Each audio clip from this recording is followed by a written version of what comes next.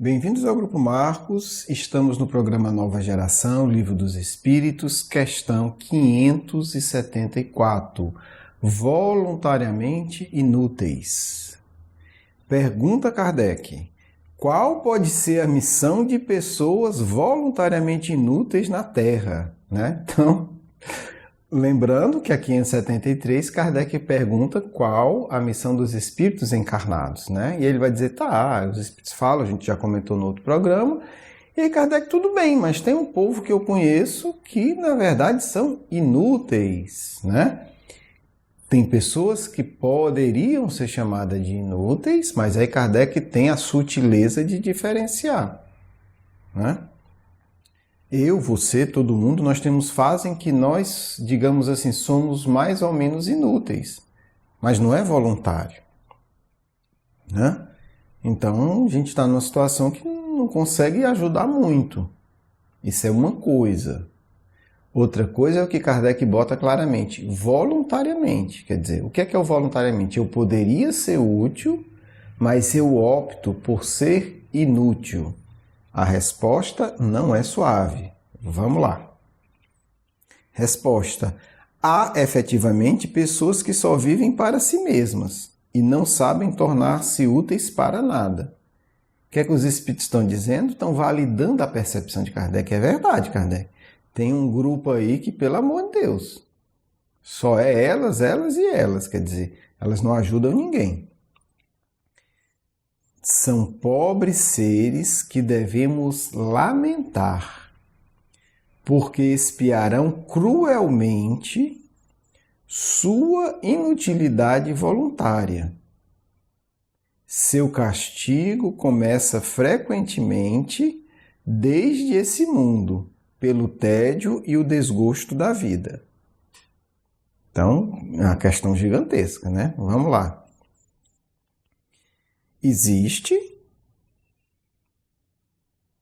Essas pessoas devem ser lamentadas e o castigo será cruel. Ok, isso existe em todo canto, certo? Em todas as classes, em todos os países. Eu vou falar de uma forma específica do que está mais próximo e do que me toca, o que nos toca, o movimento espírita. Eu, de fato, conheço pessoas voluntariamente inúteis. E há um fenômeno muito curioso, que essas pessoas voluntariamente inúteis, elas camuflam de virtude a sua inutilidade. Isso é muito comum. São pessoas, mas observe o que eu vou dizer, são pessoas que poderiam fazer 100. Elas fazem 5 e ainda às vezes fazem muita propaganda dos 5. Deu para entender? O voluntariamente inútil é aquele que não faz nada ou aquele que faz muito menos do que poderia. Então, ele faz 5, era para fazer 100. Então, ele é 95% inútil. Há quem consegue chegar bem pertinho do 100, a gente sabe, Tem gente competente para tudo. Mas é importante observar esse fenômeno, porque está ligado a tudo que a gente falou da questão anterior. Se eu posso fazer e não faço, eu estou optando por ser inútil naquele setor. Então é mais fácil ver o fenômeno total, fulano não faz nada de nada, mas é importante a gente refletir que há uma gradação. E por que eu falo isso? Porque é importante que eu me observe e que você se observe, não é um julgando o outro. Então, por exemplo, falando aqui, eu conheço pessoas que no movimento espírita são voluntariamente inúteis mesmo. Por quê? Porque o que elas buscam é apenas uma aparência de trabalho, uma aparência de serem úteis. No fundo, elas estão tentando ludibriar a própria consciência que diz, fulano, é para fazer mais. Olha as condições que você tem. Você tem isso, você tem aquilo, você tem esse talento, você tem essa capacidade, você tem recurso financeiro, você tem tempo, enfim, ou você sabe escrever, ou sabe falar, seja o que for. E aí quando a consciência vem, o indivíduo começa a camuflar nisso. Então, são opções, né? E aí a gente vê que esse fenômeno do voluntariamente útil, ele vai estourando. Os espíritos são muito sábios aqui. Eles dizem, olha, a punição já começa na atual existência. Por quê? Porque o indivíduo ele vai ser tomado de um tédio mortal. É uma dica para a gente se avaliar, né? E se a gente observa, quanto mais inútil uma pessoa, a tendência é que mais tédio ela tenha, né? O fulano, a fulana está cansado de não fazer nada. Vive cansado. É uma punição. É uma punição da lei de Deus. Quer dizer, as energias não se renovam. Porque ele não dá o que tem, ele não recebe novas energias. Então o tédio, o cansaço, a dificuldade vai tomando conta da gente. Quando a gente resolve ser inútil. Então a lei de Deus ela atua de tal forma que, no final das contas, existem muitos setores que nós não temos opção. Porque se a gente diz, não, eu não quero entrar na dinâmica da vida, eu não quero cumprir minha missão na Terra, como está na questão anterior. A partir desse momento eu já começo a entrar numa dinâmica de tédio, como os espíritos falam, e de desgosto da vida. Quer dizer, a minha vida entra num marasmo. Eu começo a perder o sentido da vida. Deu para entender como a lei de Deus funciona sutilmente, mas de uma maneira muito severa? Eu começo a me desanimar. Porque no começo eu achei assim, não, agora eu vou viver para mim, eu quero saber dos meus interesses, qual vai ser meu prêmio? Tédio e desgosto da vida. Depois vem uma punição mais cruel. Isso é só o começo. Isso é para a gente entender que a lei de Deus é também severa. É fundamental que eu entenda que a minha felicidade depende do cumprimento da minha missão no mundo. E que essas opções de vou me encher de lazer, vou me encher de coisa, eu vejo isso, já vi isso muito, hoje não frequento mais centro espírita, mas eu já vi muito isso no centro espírita. Não, porque não dá, porque eu tenho que fazer isso, eu tenho que fazer aquilo, né? Lazer e descanso, ok.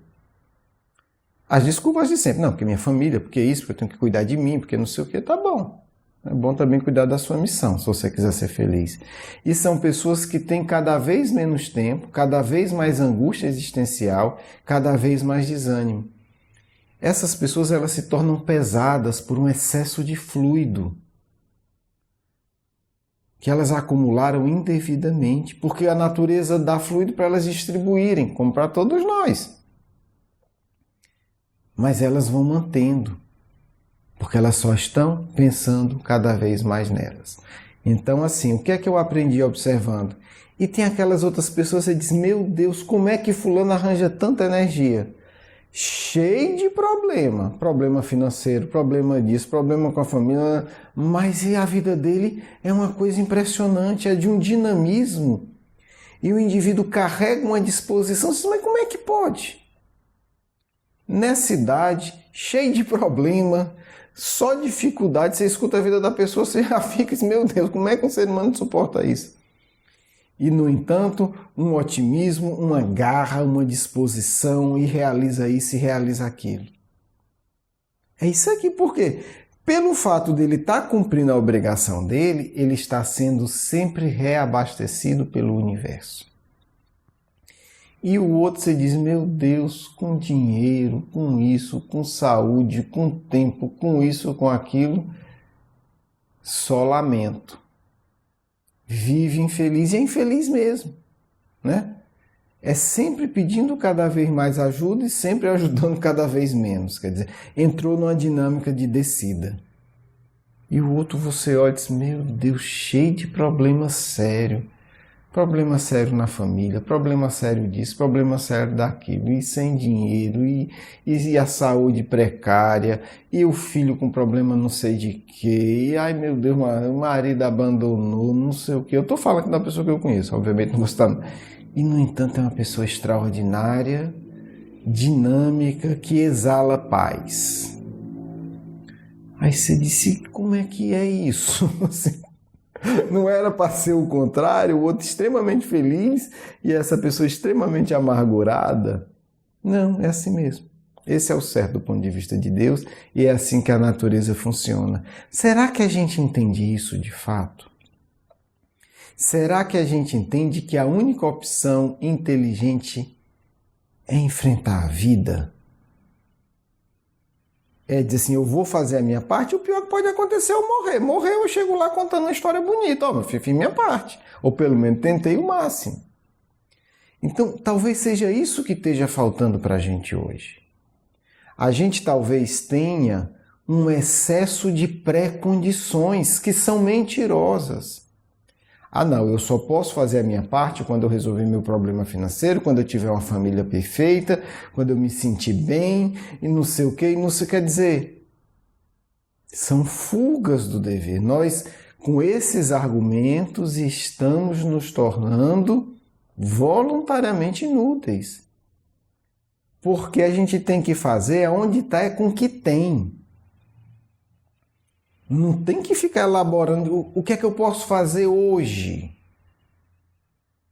É isso. Ah, mas eu não conheço o Espiritismo, mas eu não sei rezar. Pronto, vamos criar aqui um grupo de fazer oração. Pronto, já estou sendo útil. Dali a coisa deslancha. O que a gente não pode é criar 30 mil pré-condições para ser voluntariamente útil. Não, eu só posso ajudar se for assim, depois que eu organizar a minha vida. Mas peraí, tu acha que na Terra alguém vai ter a vida organizada? Me aponta um caso para ver se eu consigo acreditar em ti. Não existe isso. Então muitas vezes a gente cria um grupo de ilusões para sermos voluntariamente úteis. Ah, eu só vou participar disso quando? Meu filho, isso não vai acontecer nunca. Né? Quando a sua família estiver perfeita, quando o seu emprego estiver perfeito, quando você não sei o quê, não vai acontecer. Desculpa. Porque se acontecer, eu tenho certeza que a sua vida vai virar um tormento, que o mundo todo vai parar para lhe estudar.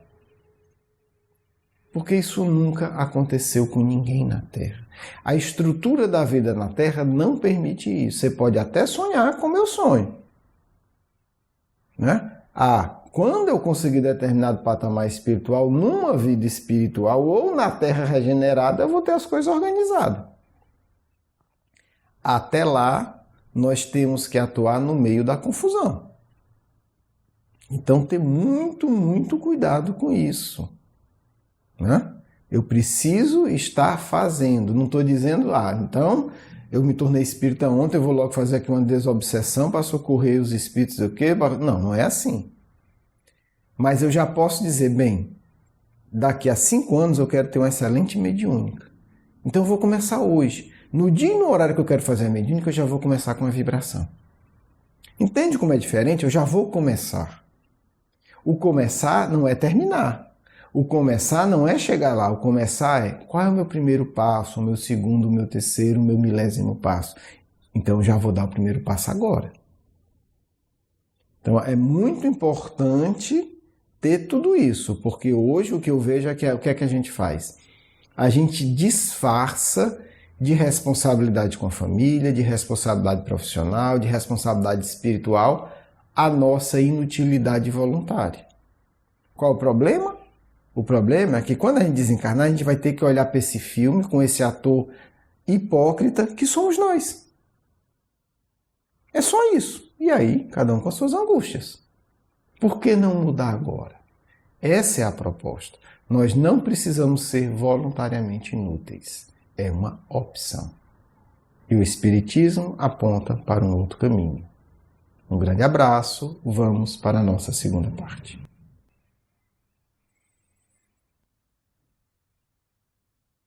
Queridos filhos, queridas filhas, sigamos sempre em paz, fazendo o dever de cada dia.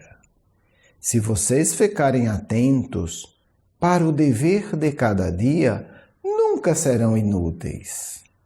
Porque muitos pensam, vou construir hospital, que é bom. Quantos doentes você ajudou hoje? Tem que perguntar. Não sei como ajudar, sabe? Magnetiza uma água e dá para um doente. Já começou a ajudar. O Cristo, filhos, não começou sua missão com uma construção do imenso castelo. Vamos construir isso e aquilo. Vamos fazer aqui um grande templo para abrigar. Ao contrário, falou que o templo seria destruído. Isto é uma lição que espíritas precisam entender. Quantos espíritas vejo? Vamos construir um santo espírita.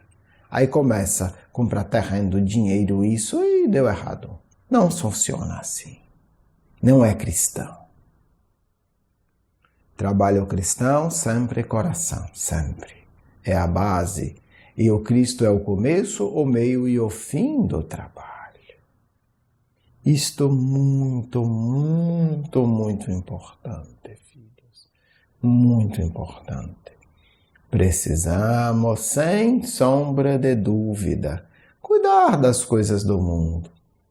Mas precisamos começar com o nosso coração.